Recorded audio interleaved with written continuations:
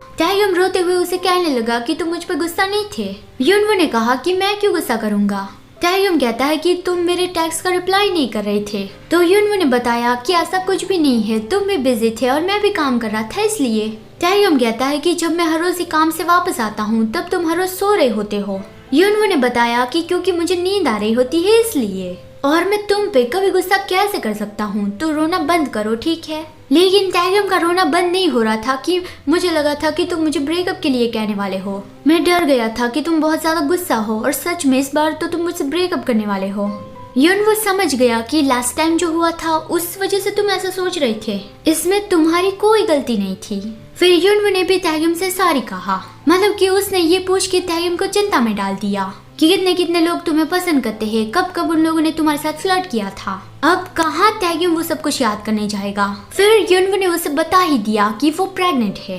ये बात सुनते ही तायुम की आंखें वाइड ओपन रह गई। युनवो ने बताया कि अब 4 हफ्ते हो गए हैं। उसने पहले तायुम को इस बारे में नहीं बताया क्योंकि वो बहुत ही नर्वस था और उसे लग रहा था कि ये बहुत जल्दी है। तो प्रेगनेंसी और इतनी ज्यादा नर्वसनेस की वजह से वो कुछ ज्यादा ही सेंसिटिव हो गया था और इसलिए ही वो हर रोज जल्दी सो जाता था। फिर युनवो स्माइल के साथ कहता है कि मैंने इस डोमिनेंट अल्फा को कुछ ज्यादा ही अंडर एस्टिमेट कर लिया। तायुम और ज्यादा रोने लगा और कहा कि मैं अपना बेस्ट दूंगा। युनवो हंसने लगा और उसके आंसू वाइप करते हुए कहा कि तुम और कितना ज्यादा रोओगे। तायुम ने उसे गले लगाया और उसे थैंक यू कहा और युनवो ने भी उसे थैंक यू कहा। फिर प्रेगनेंसी की वजह से युनवो को जो प्रॉब्लम आ रही थी वो उसने बताई कि आजकल उसे अच्छे से भूख नहीं लगती और हर बार उल्टी जैसा फील होता रहता है, और ऊपर से बेबी का पापा हर रोज ही देर से घर वापस आता है। मतलब ओमेगा वर्स में ऐसा होता है ना कि जब ओमेगा प्रेग्नेंट होता है तब उसका अल्फा उसके पास रहे तो उसे अच्छा फील होता है। तायुम ने उसके फोrehead पे किस किया और कहा कि तुमने अकेले ही बहुत मेहनत की है। वो दोनों एक दूसरे को गले लगा के काफी देर तक वहाँ पे ऐसे ही रहे। फिर उसके बाद तायुम ने जो रिंग प्रिपेयर किया था वो युनवो को दिखाई कि वो उसे शादी के लिए प्रपोज करने वाला था, लेकिन उसे ये समझ नहीं आ रहा था कि ये उसे युनवो को कैसे देनी चाहिए।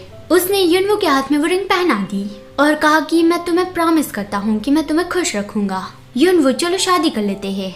युनवो ने स्माइल किया और वो रिंग देखते हुए कहा कि ये बहुत ही खूबसूरत है। तायुम ने जब युनवो को साथ में रहने के लिए प्रपोज किया था तब युनवो रोने लगा था, और जब अभी युनवो ने शादी के लिए प्रपोज किया तब तायुम रोने लगा। इस बात को लेके भले ही वो दोनों पूरी लाइफ एक दूसरे को टीज करते रहे कि तुम रोने लगे थे, लेकिन तायुम के लिए ये बहुत ही खुशियों भरे पल थे। अब से उसकी पूरी लाइफ में सिर्फ युनवो ही होगा।